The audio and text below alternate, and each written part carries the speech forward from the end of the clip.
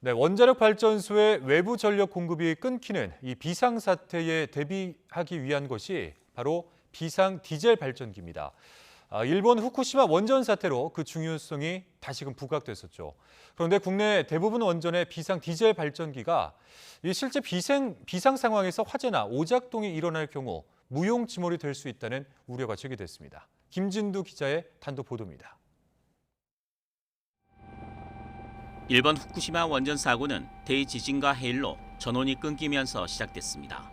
이때 비상 디젤 발전기가 전기를 생산해 원자로를 식혀야 하는데 침수로 작동하지 않으면서 원자로가 녹는 대참사가 발생한 겁니다. 비상 디젤 발전기는 이처럼 원전 안전의 최후 보루로 어떤 경우에도 작동해야 합니다. 하지만 현재 가동 중인 국내 원전 27기 가운데 20기의 비상 디젤 발전기가 화재나 소화 설비가 오작동을 일으켰을 경우 무용지물이 될 수 있다는 지적이 나왔습니다. 이산화탄소가 나오게 돼 있는 비상 디젤 발전기 구역의 소화 설비 때문입니다. 불이 나면 배출되는 이산화탄소의 온도는 영하 78.5도. 이로 인해 실내 온도는 영하 50도 이하로 뚝 떨어지게 됩니다. 그런데 비상 디젤 발전기가 작동할 수 있는 내환경 조건은 영상 10도에서 50도 사이로 돼 있습니다. 따라서 극좋은 상태에서도 발전기가 제대로 작동하는지 확인해야 하지만 관련 시험은 한 번도 없었습니다. 100회의 기동 및 부하 시험을 해서 한 번도 실패 없이 정상 작동해야 원자력 발전소에 사용할 수가 있습니다. 그런데 이산화탄소가 방출되는 극저온의 열악한 환경에서도 제대로 기기 작동이 가능한지 여부를 확인하는 시험을 한 사례는 단 한 군데도 없습니다. 심지어 이산화탄소 소화 설비는 원전의 안전 규정도 명백하게 위반하도록 설계돼 있습니다. 이산화탄소 소화 설비는 화재가 감지되면 자동 폐쇄 장치로 해당 구역을 우선 격리합니다. 이어 그 위치에 밸브를 개방시켜 이산화탄소를 방출해 불을 끄게 됩니다. 이 과정에서 작동하는 자동 폐쇄 장치는 원자로 시설 중 안전등급, 소화 설비는 비안전 등급으로 분류된 설비입니다. 원자로 시설의 안전등급과 등급별 규격에 관한 규정은 비안전등급 설비는 안전등급 설비와 연동되지 않아야 한다고 되어 있습니다. 안전등급 설비는 문제가 생겼을 경우 원자로 안전과 직결되는 설비입니다.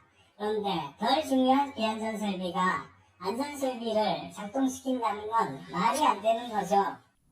이산화탄소 소화 설비가 국내 경수로 원전으로 확산한 과정도 명확하지 않습니다.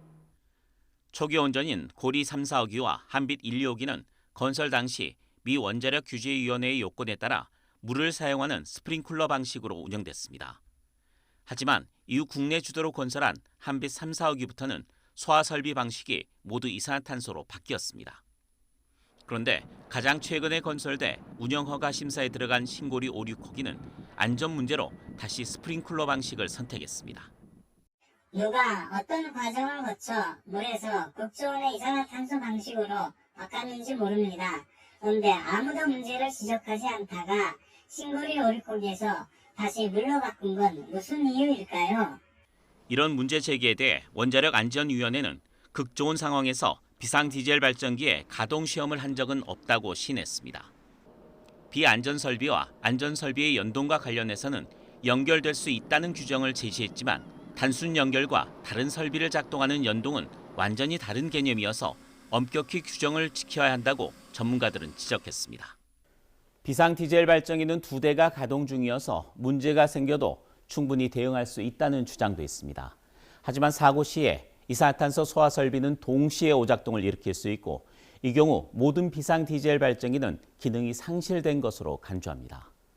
원전 안전에 있어 세계 최고라고 자부하던 일본의 교훈을 잊지 말아야 합니다. YTN 김유두입니다.